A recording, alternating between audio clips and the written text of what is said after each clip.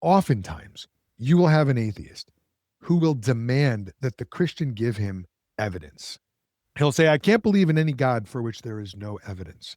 I want to start out by saying that my temptation, when we get this accusation of, oh, there's no evidence, we want to jump right to the evidence.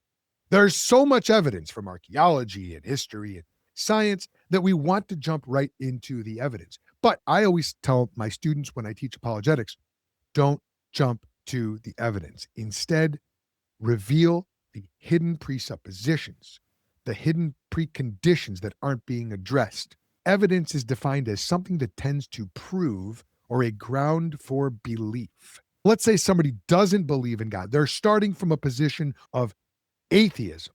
This is where our atheist friend is inconsistent. And here's why. Here's how evidence works. You take a proposition, a statement, and you say, we're going to call this P.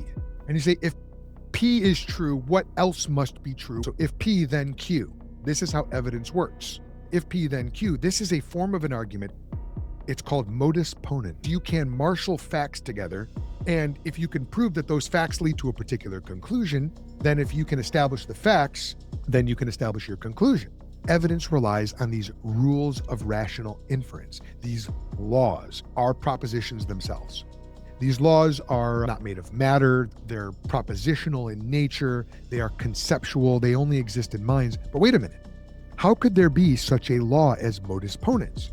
It's an invisible rule. It governs the whole universe. It never changes. How could laws like this exist in a world without God, without a divine lawgiver? Laws require a lawgiver.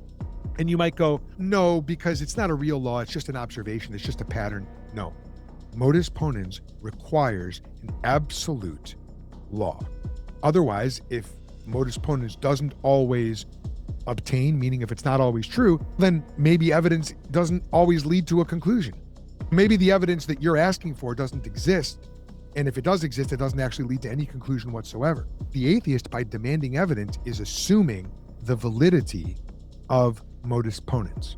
So this is a huge problem for our atheistic friend, because he needs there to be absolute, immaterial, unchanging, universal, objective principles in a world where there is no divine lawgiver.